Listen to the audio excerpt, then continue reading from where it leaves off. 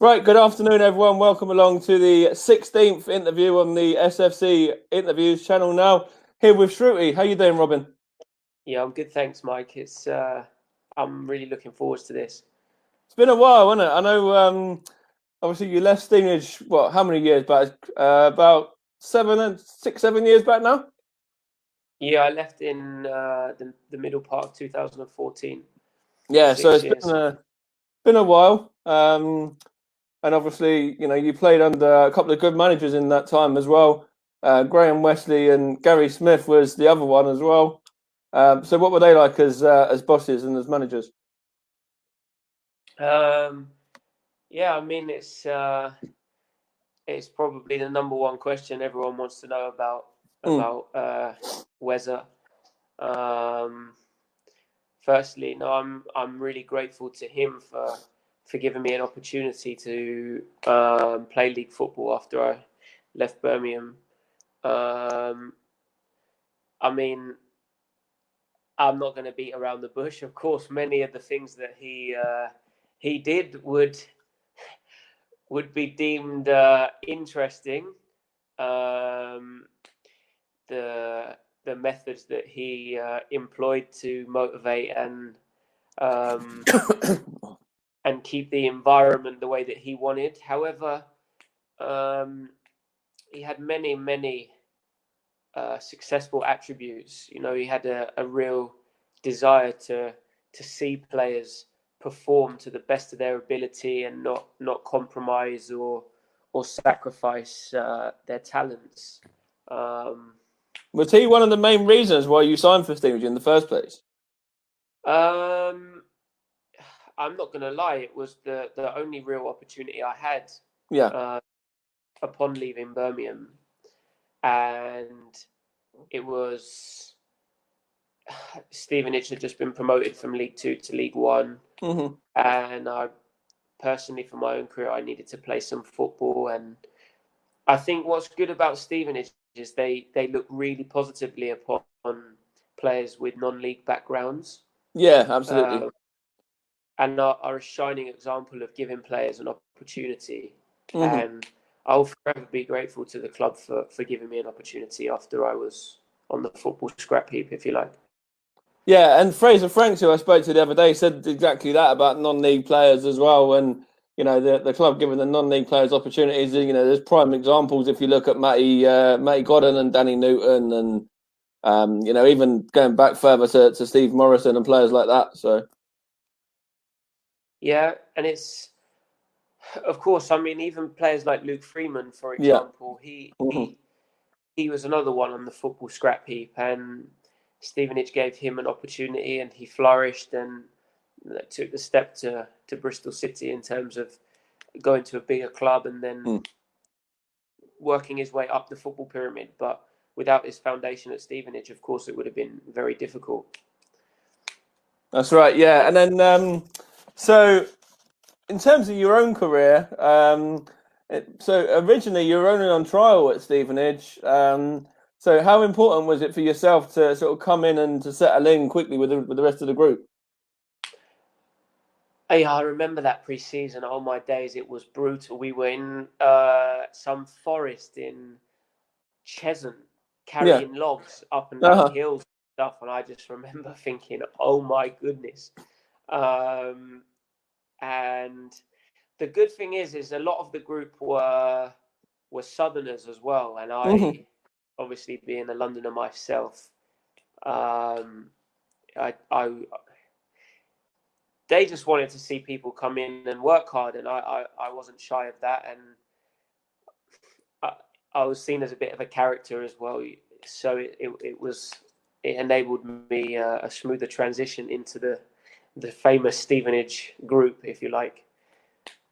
And then obviously in that midfield there was, you mentioned Luke Freeman already. What was it like playing obviously one side and then having Luke Freeman playing on the left? And I think didn't we have who do we have up front in that time? Was Matty up front for a while, and or was it Steve? No, I didn't play with Steve. I played with Beardo, Ben May. That's right. Yeah, Ben May was one. Darius. Yeah. Reedy, Craig Reed. Yeah. I came in and Luke joined midway through my first season. He came on loan from Arsenal. That's right. Yeah. So I remember the first league game in 2012, 2011, 2012. We played Exeter at home. The club's first game in League One, and I think It was a draw, wasn't it? Was it 0-0 or? Yeah, we drew 0-0. I think I played up front with Reedy. Laurie played on the right. Who would have played on the left? Stacey would have played on the left. Bosley he played in midfield. Ash and Robbo at the back. Darren left back. Ronnie Henry right back. Daisy in goal. Yeah. Yeah, man, it's a nice memory to think back that we were part of a group that took the club to such a high position within the Football League. And obviously, we just missed out on the playoffs when we lost to Sheffield United, didn't we, in the semi-final? We were, what was it? Was it 2 weeks before? Didn't we play them twice in 2 weeks? I think we were 2-0 up there, and they pulled it back to draw 2-2. And then about 2 weeks later was the playoff games. And what was it like being a part of those playoff games? And did you think the club really had a chance of kicking on? The sad thing is I really think that small Stevenage from the outside, as Wickham have well proved now, there was absolutely no reason why we couldn't have gone on and done the same thing. We got to the playoffs and we're playing away at Bramall Lane in front of whatever 32,000 people, and competing with the best and biggest clubs at that level. Remember the season right. In that season, didn't we beat like Huddersfield? Didn't we beat Bournemouth? Didn't we beat a few of the teams that have gone on, to Championship, Premier League since then? Yeah, Bournemouth away, we beat them early. Yeah. And it was the start of the next season. We had a really good run. We got into the top two, I think, after 13, 14 games. And the wheels kind of fell off, and it was a great shame because I really think if we had kept the continuity within the way we were playing and the resilience, going up to Doncaster and drawing away. That's right. Yeah. Walsall at home and MK away and stuff. It's a great shame, and I think that was the start of the demise of the club in terms of the level that the club has been unfortunate. Do you think that was down to Graham leaving, or do you think there was more behind that as well? No, because I think Gary did a really good job in. It's really difficult when a manager leaves and the whole fabric of the club changes. Gary took over. We scraped into the playoffs, but for Stevenage to get into the playoffs, it doesn't. Any manager who gets Stevenage, it doesn't matter how it's done. Yeah, has done a great job. I mean, and we started well the next season. We started really well, and there were just a few things that happened off the pitch, and I think it was very difficult for Gary when we were on a slippery slide to claw it back. And I still think even then, I don't think we would have got relegated. We had a good enough squad. I think we needed one win or something from the last 9 games. And you have to remember, Stevenage, even if it's the second season playing in League One, is still Stevenage are still exceeding expectations. Oh, massively. When you look at 100%. That's whilst I don't want to celebrate a mid-table finish or a bottom half finish, the reality is the money that Stevenage have got compared to Sheffield United, Bradford, MK Dons is like nowhere near. Nothing like it. Yeah.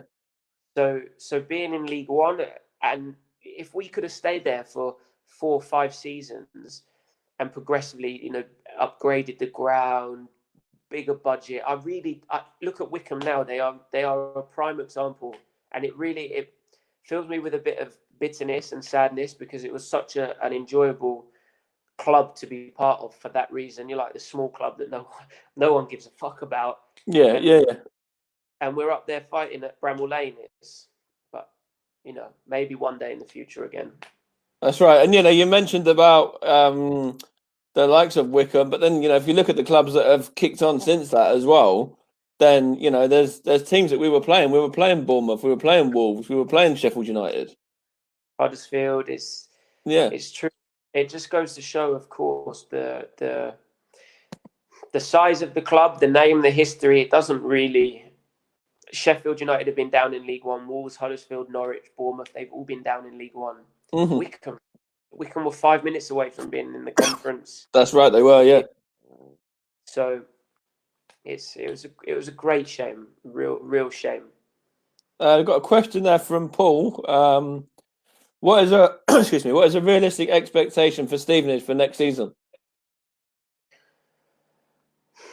That's hard because I don't know what division the club will be in. Yeah. I don't know enough about the conference to know how good or big Stevenage's budget will be. Mm-hmm. But from the outside, I would like to say a realistic expectation for Stevenage would be you want to be looking at automatic promotion back into the Football League because, of course, that's the promised land, if you like. Again, it depends on Mr. Wallace. If he's looking to cut costs and bring the budget down, a realistic expectation, maybe top 6, an FA Trophy run, a cup run, and selling a couple of players. I don't know enough about the financial situation at the club. But I don't know. Excuse me. I don't know whether that's the case as well, because I think the fact they've gone in and they've signed these players early as well. I think they're already kind of preparing for next season to get the core group together. Yeah, and with Revs in charge as well, I think giving a young manager an opportunity, of course, it could go either way. But I think Revs is really well respected within the game and by players. He had a long career. Of course, he's having just come out of the game himself. He's probably more attuned to looking after the players and man management, knowing and understanding how to get the best out of the group that he has. You've not got like an old school shouter and screamer in charge. And I think... No, but I think that's why we brought Lenny Lawrence in to help him out. Yeah, and he's obviously, Lenny's top man in the game. Like, he's so well respected. And players, I know players who played for him, and he said, go out, be bold, just play football and win your 1v1s and attack. And I've heard he's really good, but of course, before the season starts, it's difficult to know. And I don't know the level of competition and how difficult it will be for Stevenage coming down. Okay, I think he actually meant in terms of like division, like overall status, where they could actually, where they should actually be aiming to. Wesley said it last season that the club should be looking to be, up there towards the championship kind of realms. Like, do you agree with that, or do you think that's a step too far? Of course, I'm not going to say it's a step too far because we touched on it ourselves as a group, and we were one step away from a Wembley final and promotion into that league. Mm-hmm. I think key for Stevenage now will be establishing consistency, finding a formula that enables them to win games, and whether that's at the top of League Two or the top of League One, I think it's. Of course, Wickham are outliers in a way. Then they're a poor club. I don't know how financially they're all right in terms of being financially well managed. Yeah. The end of the day, you need to invest in players, and it's one of those things that's been proven. If you a team that spends the most money, it doesn't always happen, but you've got a bigger chance of achieving success. I think a realistic I don't like the word realistic. That's fine. Yeah. We were on the brink of the championship, but I think Stevenage should be looking to establish themselves as a good League One club. I don't see why not. Good League One club, 4,500, 5,000, cramming the Lamex every week. hostile atmosphere. People don't like to down there. So, that's what I would say, honestly. Well, we've been there and done it, so. Yeah, that's true. So, we mentioned about that one, the Exeter one. Your first goal for the club actually came in the FA Cup at Stourbridge, didn't it? So, how big is that as a competition for you? Well, like, how big is the FA Cup for you, Robin? Mike, the memories, like, there's not a day that goes by that I don't think about walking out in front of 36,000 at White Hart Lane. Yeah. And my dad, he's a Spurs fan, and he went to games as a kid at the old White Hart Lane and through the 60s, 70s. So to walk out there and play against Premier League opposition in the 5th round. Yeah, replay as well after drawing with them at home. Yeah. Yeah, like, you look out and you see 6,000 Stevenage fans in that corner, and it's just like, it was momentous, man. Like, the fans were wicked, and it was just a really fun journey, like, for everyone, players, and because we were a small club, and everyone knows each other, the fans, and yeah. To go there and do that and be part of that run is unforgettable. So, of course, and with the previous history against Newcastle and Reading, and I think it's really attractive. And of course, Mr. Wallace enjoys his cup runs. Yeah, he loves them. Yeah. The amount of revenue it brings in. Wesley likes a good cup run as well. Even going back to when he was at Farnborough, they drew Arsenal, didn't they? So, yeah, he's got history with the cup. Yeah. And then obviously your first league goal was in that big thumping at Colchester, the Boxing Day 6-1, game against Colchester. So what was that like to, get your first league goal for the club? And, was that even above expectations for the players? Did you expect, maybe to go out there and to get a performance? But was that just, a performance that even the players were kind of taken back by? I don't think so, because I think there was such a spirit of competition, and what, we don't give a fuck. It don't matter. We're going to run. We're going to fight and kick people. And actually, we have some good footballers. Mm-hmm. So honestly, we went out every game, and I'd look around. I see Bozzy, like, angry face, and yeah. I see Beardo playing like he's on crack, and Robbo and Ashley, cut one eye and all that carry on. Mm-hmm. And I think, no, we got a chance here. And we go out in games like that, we get the first goal and we go on and score 6 away from home. Like, I think the thing is, Mike, we had a really unique group of players. Everything came together. We had different characters. We had football players. We had some soldiers. And it was one of those groups and one of those periods in time where most of the time everything clicked. And obviously the club went from Conference to League One, from League Two to League One. Mm-hmm. It doesn't happen very often anymore. We were just fortunate at that period. We had a group that really clicked. So I wasn't surprised by results and performances like that. No, there were some really, big ones in there. And obviously, you've played alongside Ronnie Henry as well in that time. What was it like playing alongside Ron? And what was he like as a character and as a player? Ronnie's all right, isn't he? He's funny. We used to have a good laugh and a joke. He was a good lad. He was up and down that right hand side, more down, but the good thing about him was, and he loved to moan as well. He loved to moan. He moaned about everything. It was so funny. You could wind him up so easily. He shared a car with Darius and Alan Junior, and it was I think they were fighting every day in that car.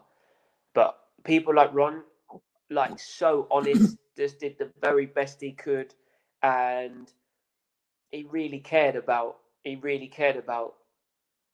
doing his part to help take the club forward. He always used to go, I don't get paid enough for this. And he would always perform. He would always be there on a Saturday. You could always count on Ronnie Henry. And he's still involved in the club now. He's doing a bit with the youth team and stuff while still playing with Billericay.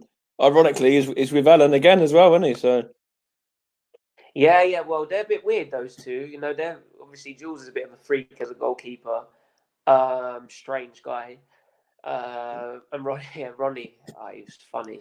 Now, of course, he knows the fabric of the club. He's got the most appearances, and for him to be in there working with the kids now, the next generation, it's really, really important. Because if you can find yourself an opportunity at a club like Stevenage, you know there's always a good opportunity that you can have a long career in the game if you do well. Because they need to sell players. Yeah, Revs has kind of set it up nicely. I know he's got Ronnie as part of his staff. He's got Ash as part of his staff, and then he's got the experience in the likes of Lenny Lawrence and Mark Sampson as well, who obviously has done the women's women's game with England, and so he knows, and he was caretaker manager for part of this season as well, or last season, I should say now. Yeah, Stevenage has always done well in like being able to get names in, like Teddy Sheringham and who was the director of football that was helping before? Oh, Glenn Roeder.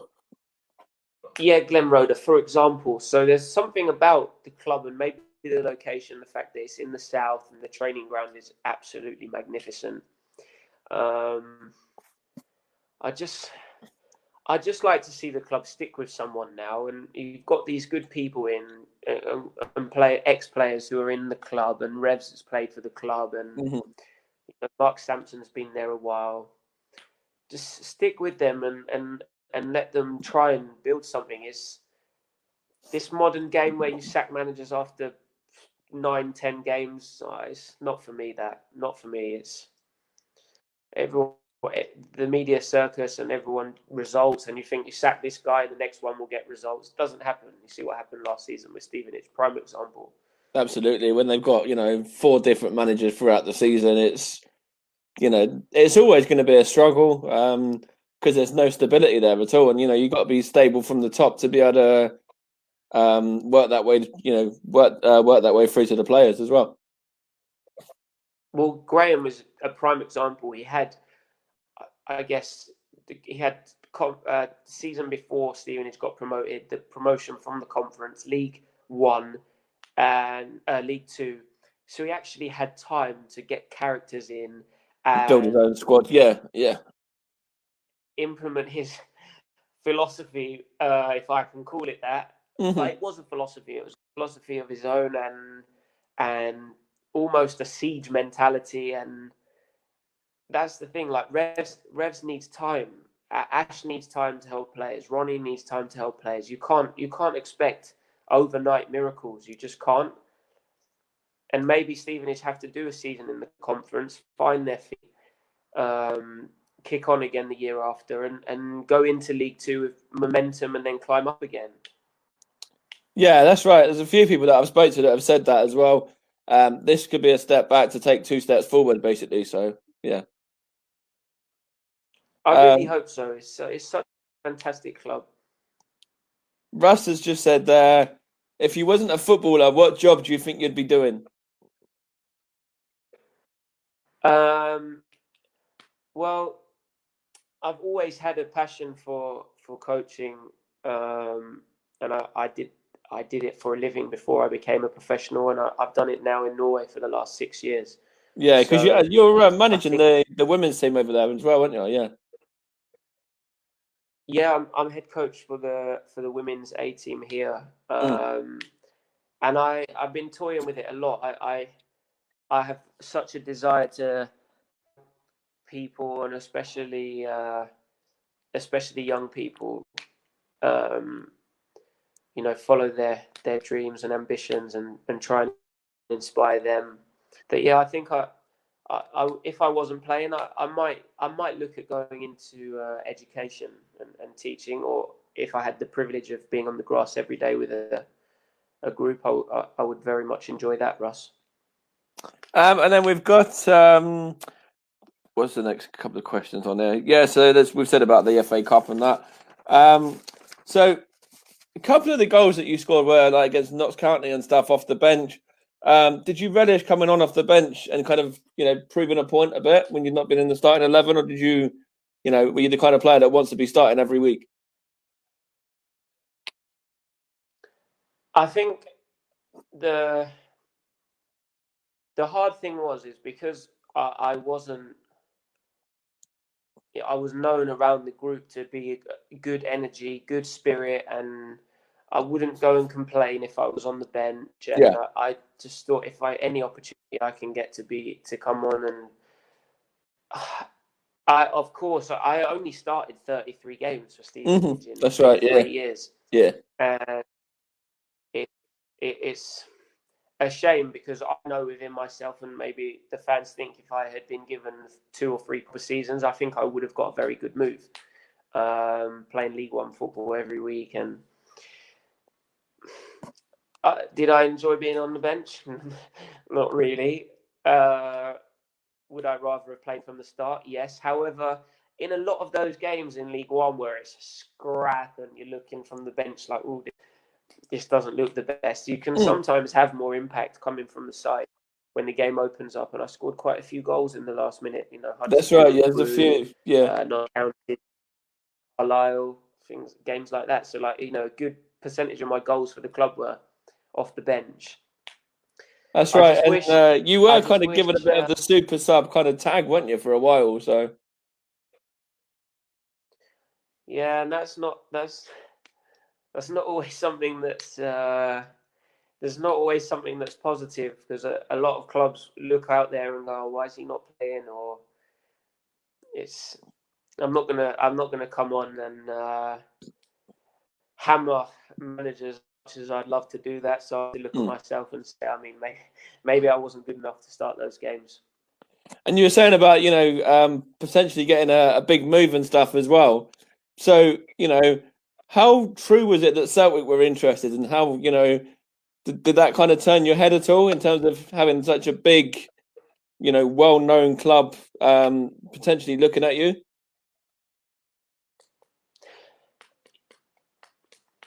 The truth is I was out of contract at the end of that season. Yeah. And I was scoring a few goals, and we were winning, and we were at the top of the league, and the club knew that I could walk at the end of the season on a free transfer. And so they basically said, if you don't sign, then you win. And I said, I'm not signing a contract under those conditions. Yeah. And that was the beginning of the fallout. Sad. I really like Phil. Me and Phil got a good relationship, but he basically just said, you're not signing, you're not going to play. And Gary Smith wasn't strong enough to say, I'm going to pick the best team, whoever's in there. So I would have been close to a move. I know that. But say that. Okay. Yeah. Was that was it Celtic? I know Celtic were one of the ones that were interested. There was a few other teams, weren't there, as well? Yeah, there were quite a few Championship clubs, and I don't know specifically because I didn't. I said all along, I just want to do my help this club get promoted. Yeah. And not once did I ever say I want out. I said I'm ready to do my best. I am not signing a contract under those conditions. Why should I sign a contract when they've told me if you don't sign, play?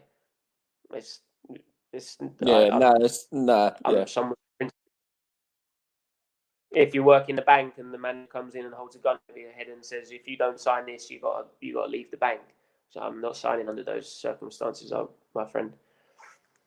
Exactly. So, that's perfect. I mean, we resolved. Makes perfect sense, to be honest. Yeah. We resolved it in the end, and after Christmas, I remember, and we played against Crawley and we lost. I scored, and then like I said, the wheels fell off, and it was disappointing, to say the least, because I really think we could have. We were second just before Christmas, I think, in November. We went to Doncaster and were top of the league during that game. It was a great shame. And then obviously, you mentioned about playing Spurs and playing Reading, but in that time you also played Southampton, didn't you, as well? That was the League Cup, wasn't it? Sorry, Mike, I didn't hear that. Did you say something about Everton? Southampton, wasn't it? And yeah, Everton, were you involved in the Everton one as well? Yeah, the League Cup. Because We lost in the League Cup to Southampton at home 4-1. Yeah. And the next season, we got drawn away against Everton and we lost in extra time. Fellaini scored 2-1. Yeah, That was in Luke Freeman scored, didn't he? Yep, Lukey scored away. Yeah, that's it. And they had, I know Fellaini scored one, and I think their other one was it Delafeu? I think so. Delafeu or Bruno Kone, I can't remember, and I should know better. Maybe it was Delafeu. Yeah, I think it was. I think he was on loan from Barcelona at the time, and I think he equal. That's correct. Yeah, he scored their first goal. Yeah. Yeah. So what were they like as games? You know, the Southampton and Everton games, to be challenging and testing yourself against Premier League players. I mean, that's why I'll be so thankful for the opportunity to play for Stevenage. I mean, you play in games like that, I need to off who played in the opposition, but even pre-season games like against Spurs, and you think like Harry Kane played, Vertonghen, all these guys, and you think like what an opportunity that we all had, and everyone at the club as well, to be part. You come to a pre-season game and you get to see Premier League players playing against Jordan. It's like people forget the fact that everyone is part of it together. Mm-hmm. And I think when you're playing in those games, you know that you're representing the people of Stevenage, and you know probably in their wildest dreams they never would have imagined that we'd be fighting in the top of League One and playing these games. And you think, well, look, we're so not just lucky, but we're deserving. So let's make the most of it. And I can say we did that. We lost in the playoffs, but we made the most of it. We lost. We didn't want to lose, but that's right. I was watching it back last night. In fact, the second leg, and you know, it took 175 minutes to break plucky Stevenage down, as they said. So you know that says it all, doesn't it? Yep. And if you think back to that season and you think, right, you look at the fixture list as a fan and you come into stand on the East Terrace and you go there and you go, right, Huddersfield at home. Oh, okay. Bournemouth away, right? All these clubs, Sheffield Wednesday at home, Sheffield Wednesday away. Yeah. And you think, like, fuck me, we're actually like competing with some big teams. Here. Yeah. And I don't know. It was. I mean, some games were shite, weren't they? Some of the games were minging.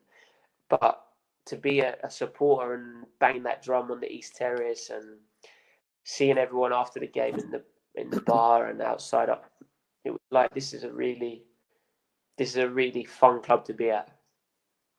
That's right. And then you had a really good rapport with the fans from day one all the way through to when you left as well, didn't you? So, you know, the fans and yourself, you know, everyone kind of just got on really well from the start and, you know, all the way through. And, you know, there was no bad feelings when you left or anything like that. It was, you know, everyone was kind of just wishing you well in your next move. So. Yeah, it was a real shame for me because no one knew the true story, and also with Graham as well, he fell out with a lot of players, and you know he tried to say, look, you have to evolve. You don't have the same group of players here before. Mm-hmm. You have to do things differently now, and the club has established itself in League One. It's what got you to League One. And especially with a completely different group, might not be enough to sustain you in League One now. So we need to start. And it was, I'm really sad at the way that it ended. And I got a bit of stick because the club portrayed me in a light that wasn't actually true. And you know, I got on with the fans so much. I was a fan myself for years when I went to watch Wimbledon growing up. I stand on the terrace, see on Selhurst Park, and the players would come over and clap them at the end of the game. That's right. Yeah, you know what, like, actually, like I just wanted to show my appreciation. I was a professional Saturday, and I wanted to thank the people who came and watched. Like, I'm sorry if we didn't deliver, but we tried our best. Thank you, and hopefully we'll be better next week. So it was really disappointing for me personally. But I mean, I would have to tell the stories off the record because I Yeah, can't tell fine. them on the No, record. that's But no, absolutely. you know, it was. I think people would fully understand the reasons why I left. A bunch of us were training with the youth team for Hmm. 6 months. We were in the park on the left of the stadium behind the Astro, Oh you know, yeah, the academy. yeah, yeah. The We academy. were Yeah, running yeah. laps in that park. Hmm. I mean, like it was, yeah, but it is what it is.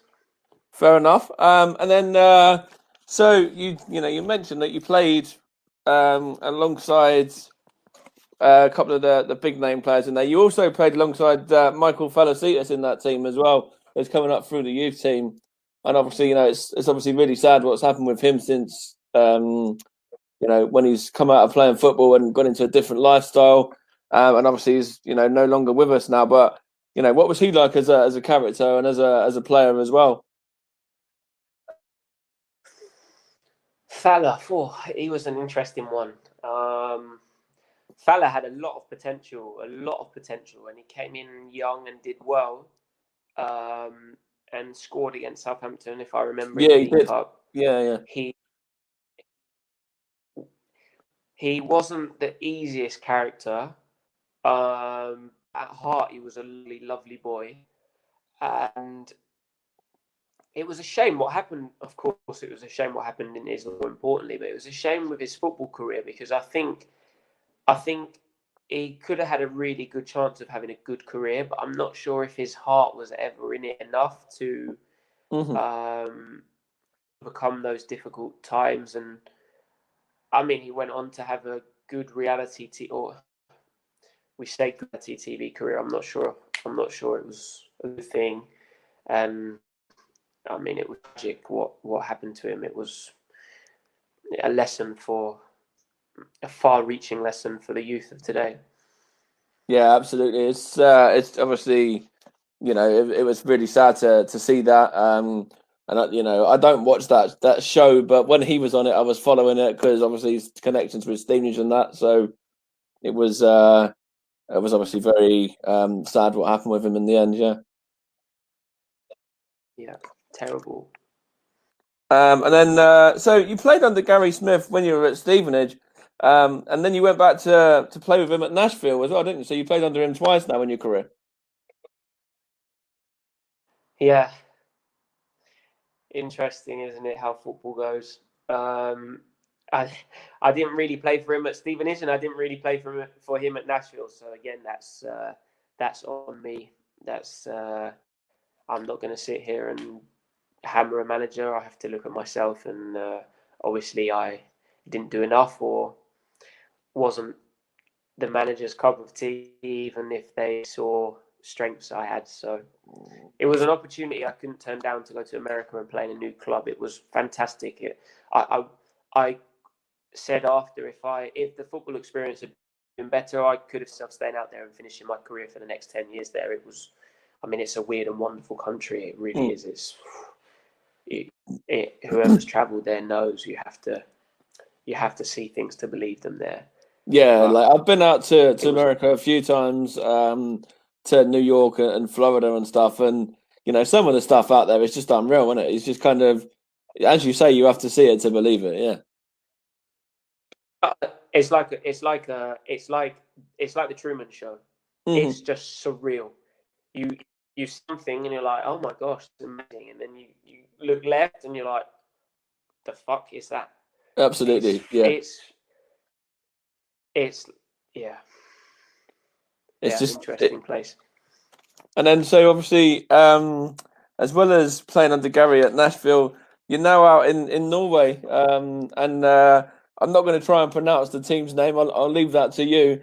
But this is your second spell with them as well, isn't it? So Yeah, I've had an interesting time here. I really fell out of football at the end of my spell at Stevenage, and it's no surprise. Like I said, we were training with the kids for 6 months. A lot of the time, we weren't even allowed the football, and I was looking around. I had opportunities to go to other clubs and for more money. Actually, I think mm, Forest Green the club were trying to get me to go to Forest Green for like the same money I was on at Stevenage, and I was just like, I just don't. I want to get out of here.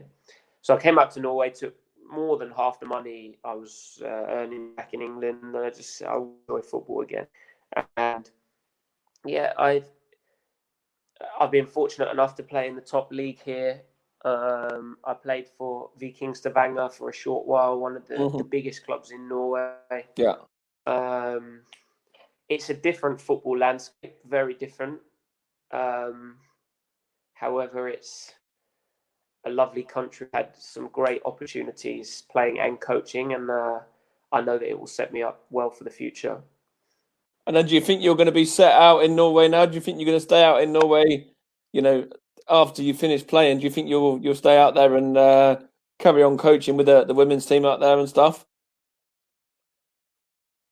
I think for career progression, there are potentially more opportunities for me out here.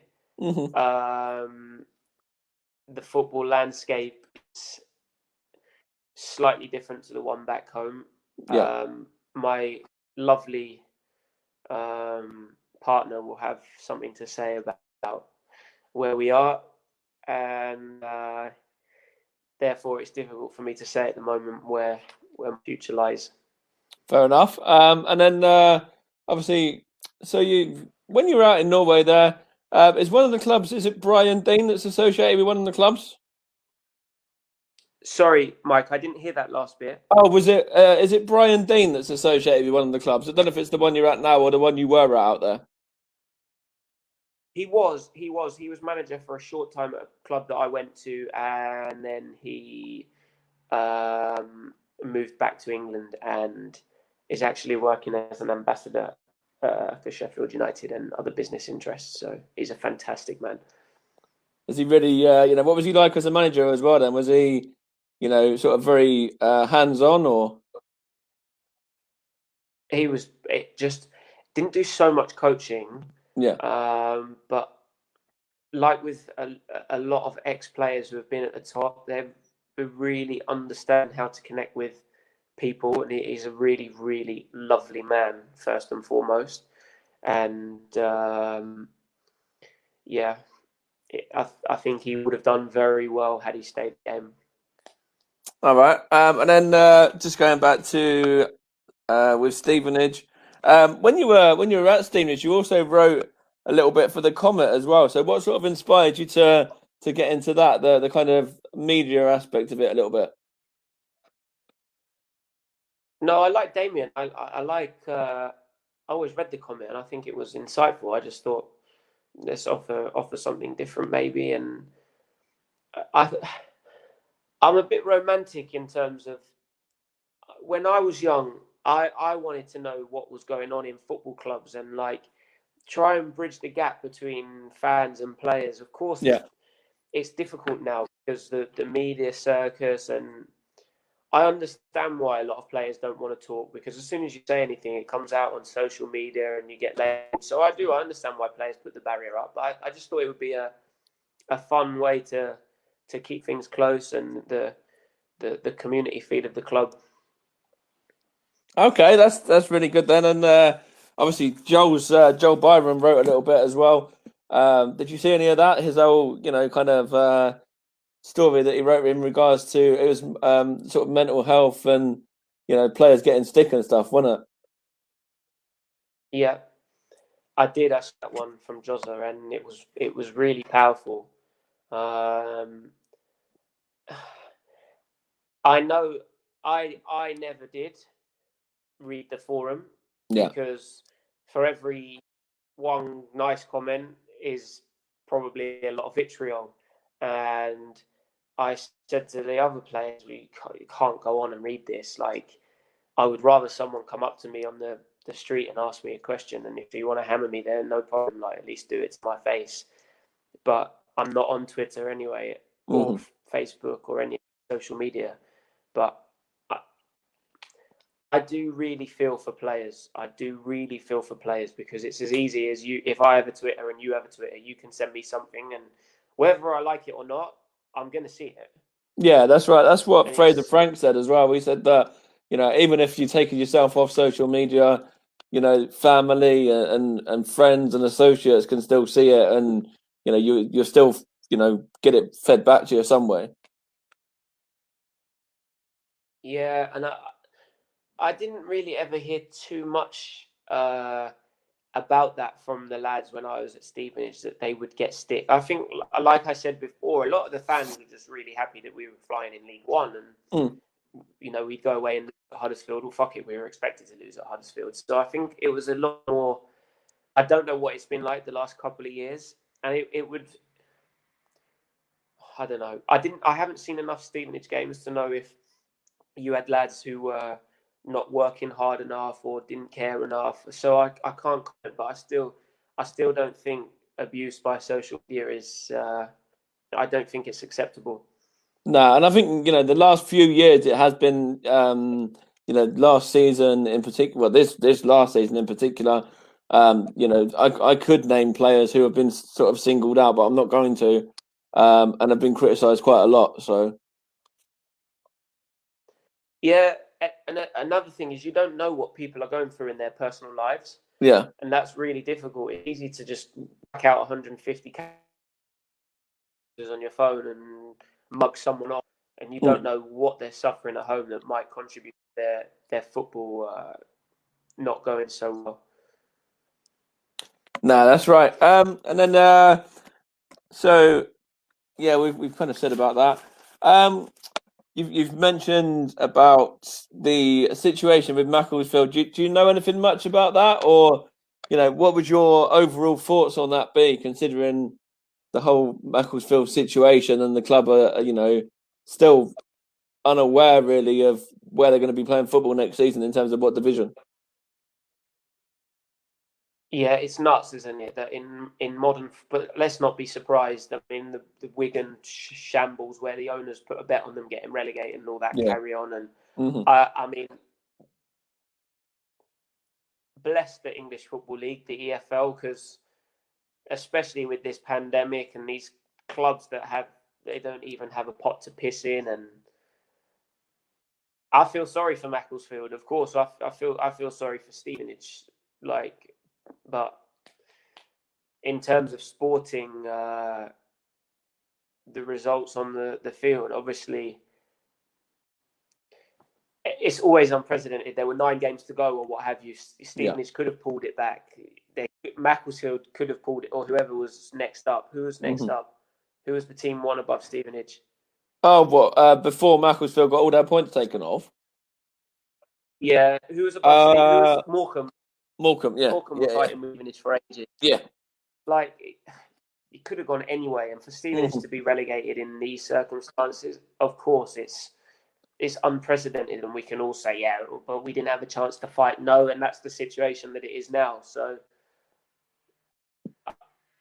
But I I think don't know. that's I, why. I No, hope. I think that's why the club is like the original points deductions and all that are now being.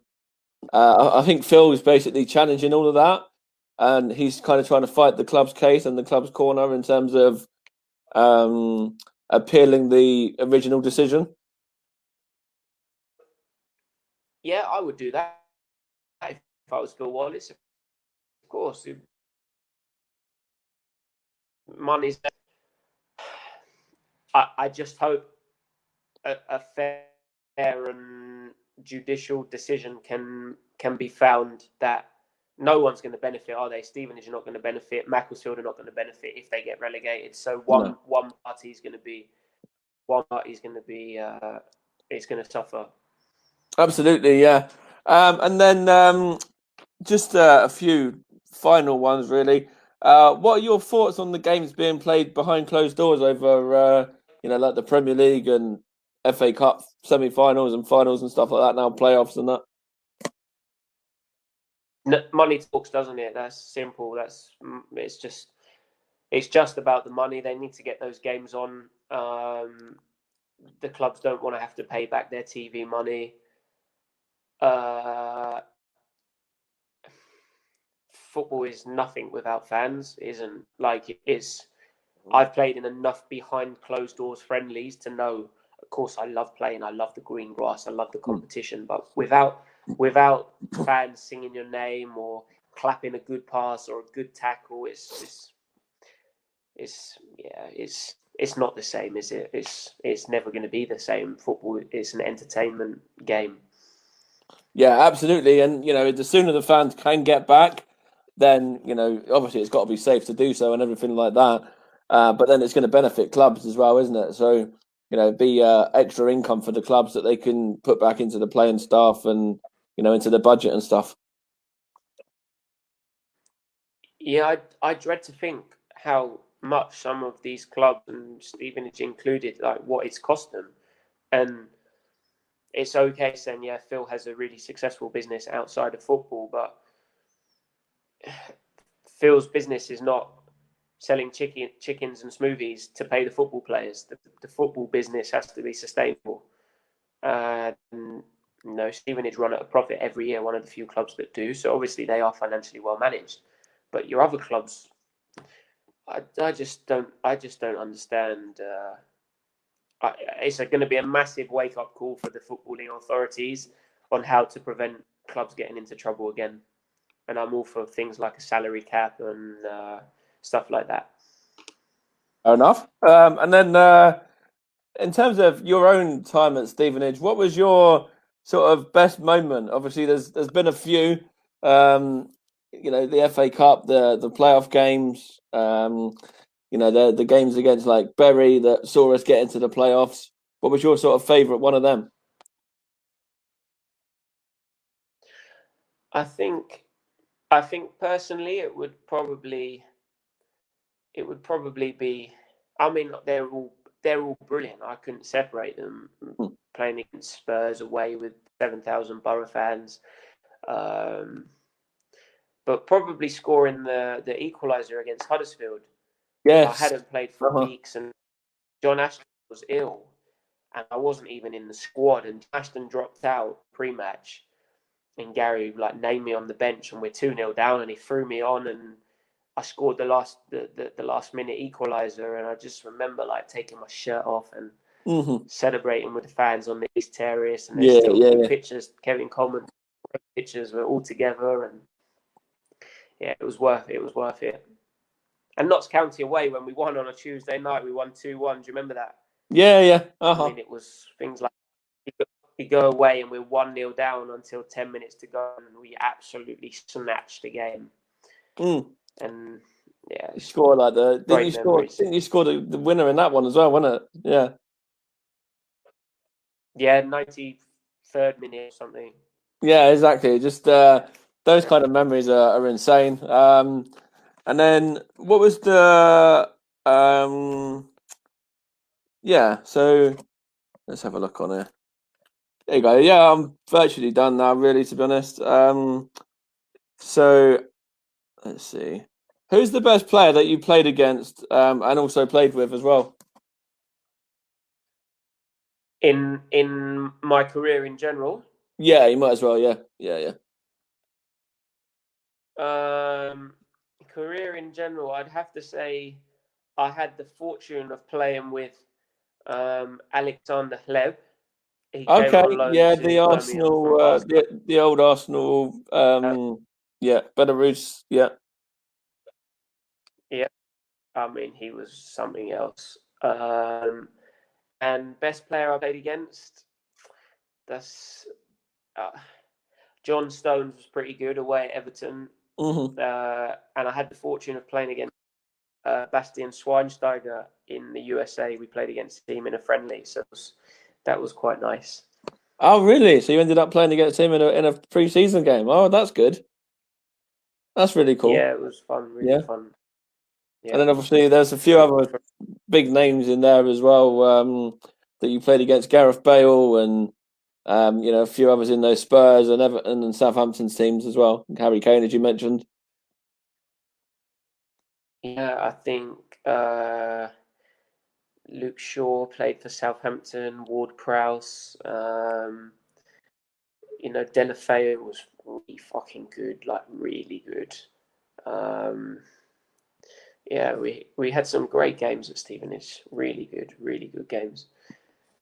Oh, there's Harry Maguire who played for Yeah, United. Sheffield Remember United. him? Yeah, that's right. Yeah, Like that, it's mad when you look back. and even in those Bournemouth sides and Wolves sides, there would have been a few as well. Yeah, well, the Bournemouth team, they had like Simon Francis, Charlie Daniels, all those guys, the Harry Arter, all gone on and had good careers. So Yeah, so there's a good amount there, mostly international players as well, like players that have gone on and done well internationally, as well as in the Premier League, and some of them abroad and stuff. even like Dele Alli played for Keynes against us, Yeah, aged he did. 16, Yeah, and you're like, wow. Of course, we all heard at the time. Everyone was like, yeah, apparently this guy's meant to be class. And you see, years on, he's obviously had a fantastic career, and yeah.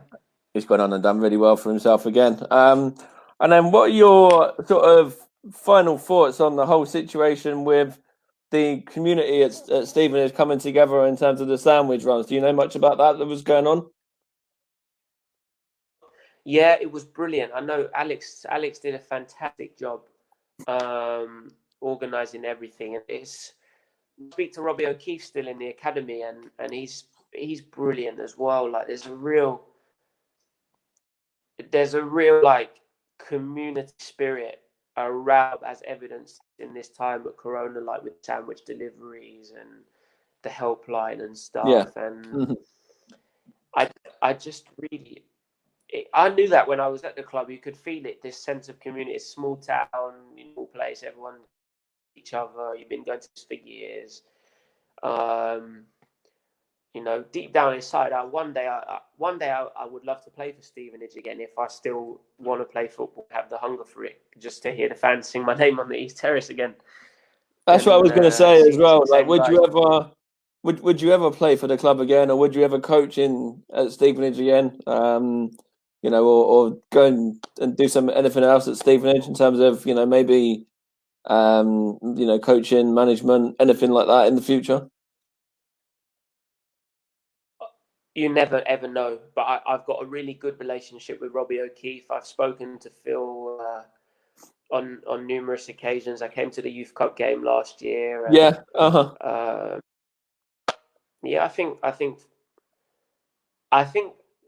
Phil appreciated when I came to the club. I did my best, and I appreciated the people who came to watch, and hopefully they appreciated that I tried to do my best for the club. Yeah, 100%. You always used to do your best for the club, and I remember. I don't know how much you remember about this, but there was a game at Exeter away that we went to as fans, and I remember me and you having a chat on the train, because didn't I get split up with the group I was with or something? And then, do you remember much about that? Yeah, I remember everything. Me, you, Bozzy, That's it. Ben May, Neil, Yeah. the fitness coach, and one more Londoner. We were all on the train back. Yeah, it That's was brilliant. it. Yeah, I remember there's a few of us, weren't there? Yeah. Yeah, it was things like that, great times. Mm-hmm. And Robbo, the fan with the programs. Yeah. Big Robbo, he used to travel on the train, didn't he? So he was sat with us, and he was sharing his opinion, and we used to chat. There's a few other games as well. Me and Matt, and I think Matt's dad ended up sitting with you and chatting with you a few times. So yeah. Yeah. I don't forget anyone. It was such a nice club to be part of. Really. Yeah, and it's even that one. Go on. That one fellow who had a go at me at Field United when he was a bit drunk, and I took a bit of offence at it, but even we made up after. That's good then, yeah. And then Jordan's just said, yeah. Miss you, Shruty. Sorry, Mike, say that again. Oh, Jordan's just put a comment on the screen there as well. I can't see it. It's not come up on mine. Oh, he just says he misses you. Tell him I'm missing too. One day I'll be back, maybe. All right, fair enough. Yeah, and then in terms of, I think that's pretty much it, is it? yeah, that's that's it really, to be honest. Brilliant, mate. It was a pleasure. And anytime you want to get me back on again or whatever, I'll be happy to do so.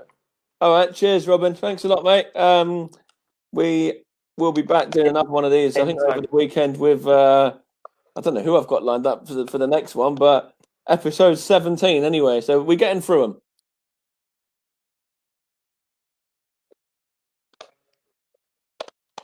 So cheers, Robin. Thanks a lot, mate. Yeah, you're doing. Anytime, Mike. Take care, mate. Cheers, mate. Thanks a lot. Cheers, bud. See you later. See you later, mate. Bye.